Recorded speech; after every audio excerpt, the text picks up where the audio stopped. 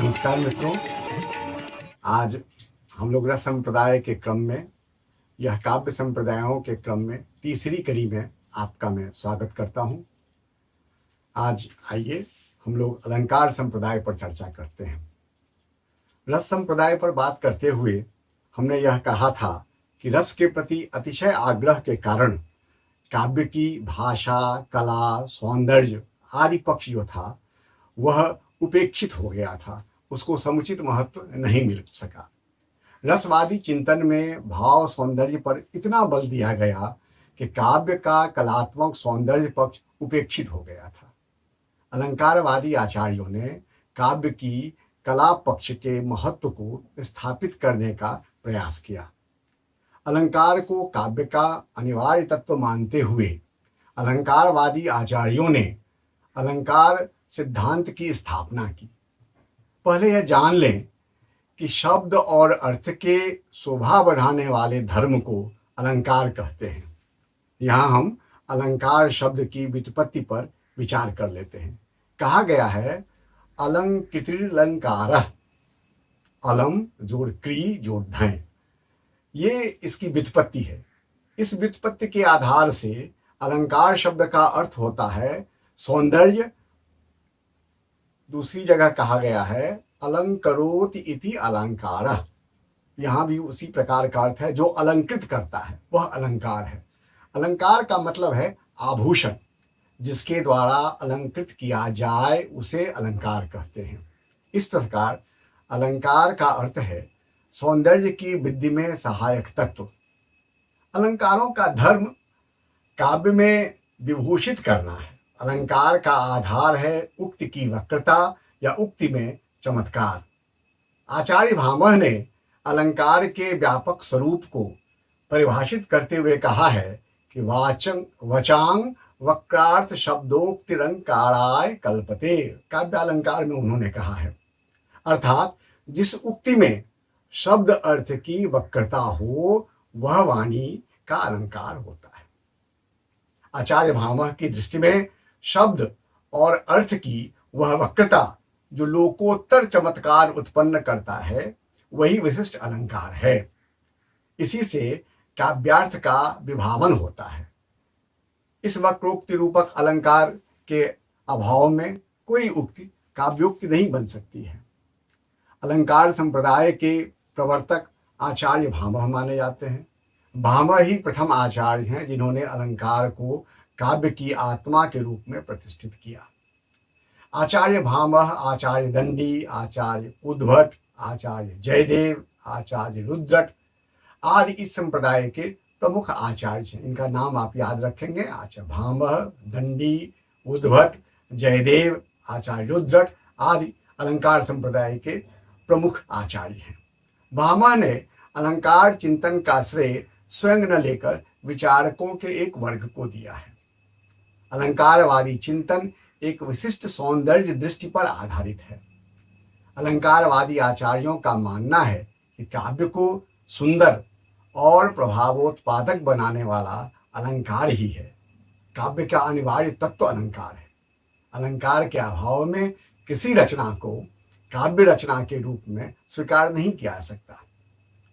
वो कहते हैं कि नाकांतमपि निर्भूषणं विभाति वनिता मुखम। कहीं कहीं किसी पाठ में विभाति ललना मुखम भी है।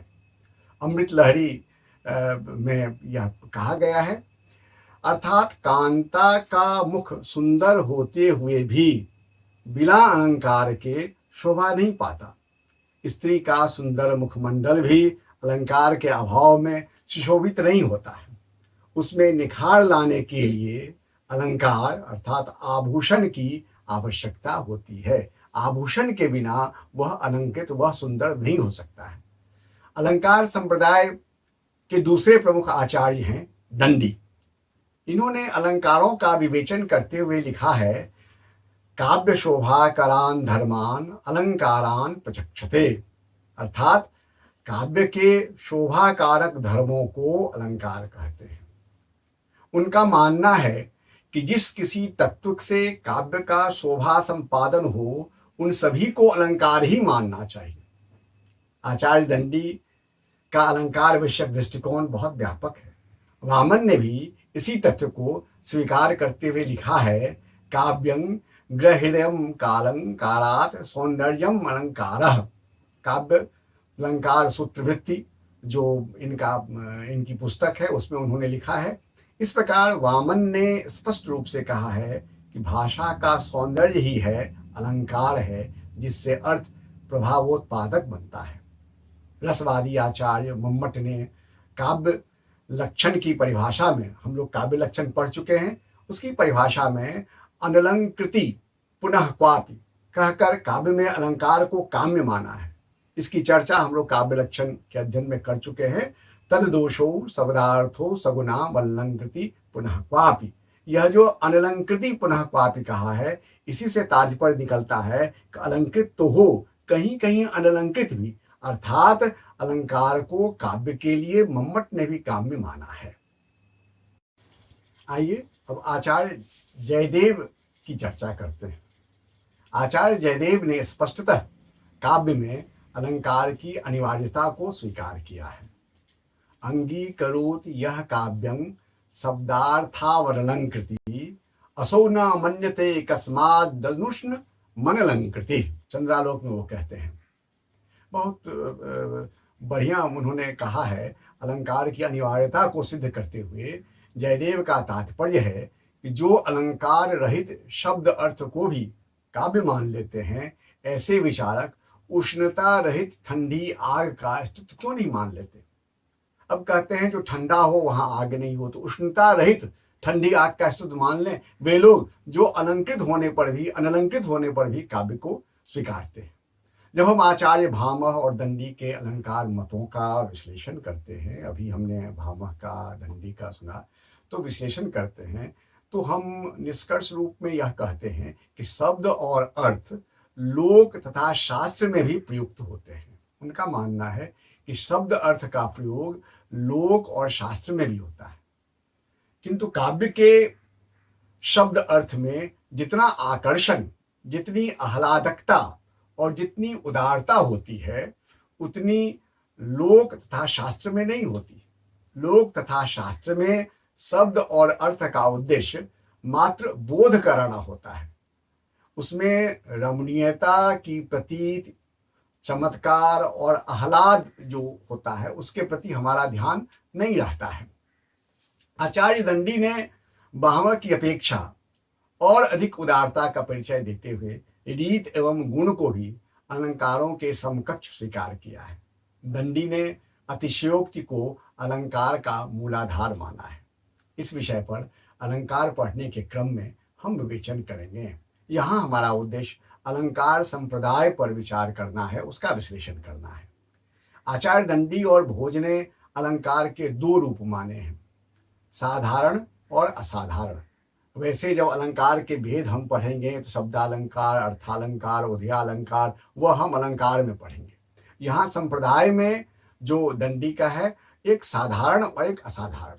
शब्द और अर्थ के अनुप्रास, यमक तथा उपमा, रूपक अलंकार साधारण है। दंडी के अनुसार शब्दार्थ में यह अलंकार सभी मार्गों से साधारण रूप में प्रयुक्त होते हैं, जबकि श्लेष, प्रसाद आदि गुण असाधारण अलंकार हैं। भोज ने रस आदि को असाधारण अलंकार माना है। असाधारण अलंकार को ही वे काव्य में अंगी मानते हैं।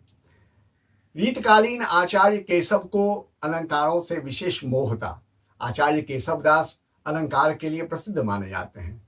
आचार्य भामह ने, जिसे नाकांतमपि निर्भूषणं विभाति वनिता मुखम कहकर जो भाव व्यक्त किया था, देखिए उसी भाव को किस प्रकार केशव ने इन पंक्तियों में व्यक्त किया है। जदपि सुजात सुलक्षणी सुवरन सरस सुवृत्त भूषण बिन न विराजई कविता बनिता वित्त। उनकी कविता में भी अलंकारों का प्रयोग आप सर्वत्र देख पाइएगा। उन्होंने अलंकार का समुचित कई जगह प्रयोग किया है। अलंकारवादियों की दृष्टि में शब्द और अर्थ का सौंदर्य ही काव्य की वह पहचान कराने वाला तत्व है। उद्भट ने अलंकारों को काव्य के लिए महत्वपूर्ण माना है। उन्हें काव्यालंकार सार संग्रह में 41 अलंकारों का वर्णन किया है। काव्यालंकार सार संग्रह में उन्होंने मात्र अलंकारों का ही, वो किसी दूसरे का अलंकारों का ही विवेचन किया है। इसी से उद्भट की अलंकार शास्त्रीय मान्यताओं का ज्ञान हमें हो सकता है। अलंकार संप्रदाय के आचार्य युद्धरथ ने अत्यंत उदारता पूर्वक अलंकारों का विशद वर्णन किया है। उन्होंने अलंकारों का वास्तव, औपम्य और अतिशय एवं श्लेष, ये 4 आधार विभाजन किया है। वास्तव, औपम्य, अतिशय और श्लेष। यहाँ यह उल्लेख कर देना आवश्यक है कि रसवादी आचार्यों ने भी अलंकार को काव्य के लिए काम्य तो माना है। वे अलंकार को काव्य के भाव सौंदर्य की वृद्धि में सहायक मानते हैं। ये रसवादी भी मानते थे कि वो रस के वृद्धि में सहायक होता है, काव्य सौंदर्य को बढ़ाने में सहायक है। वे मानते थे कि काव्य में अलंकार काम्य तो है किंतु उसका अनिवार्य तत्व नहीं है। अलंकारवादी अलंकार को काव्य का अनिवार्य तत्व मानते हैं। वे अलंकार को काव्य का प्राण प्रतिष्ठापक तथा व्यापक धर्म मानते हैं। इनके अनुसार अलंकार ही काव्य की आत्मा है। ये आधारभूत अंतर है। इस प्रकार अलंकार संप्रदाय का विकास तो होता रहा रस संप्रदाय के बाद, परंतु कालक्रम में अलंकार विषयक दृष्टिकोण में भी परिवर्तन होने लगा। बाद में आनंदवर्धन ने काव्यस्यात्मा ध्वनि कहकर अलंकार के महत्व को कम कर दिया। ऊपर वर्णित तथ्यों के से इतना तो स्पष्ट है कि अलंकार की एक दीर्घ परंपरा रही है और काव्य में अलंकारों का महत्वपूर्ण स्थान है। आज इतना ही। आज हम लोग अलंकार संप्रदाय के बारे में पढ़े। बहुत बहुत धन्यवाद।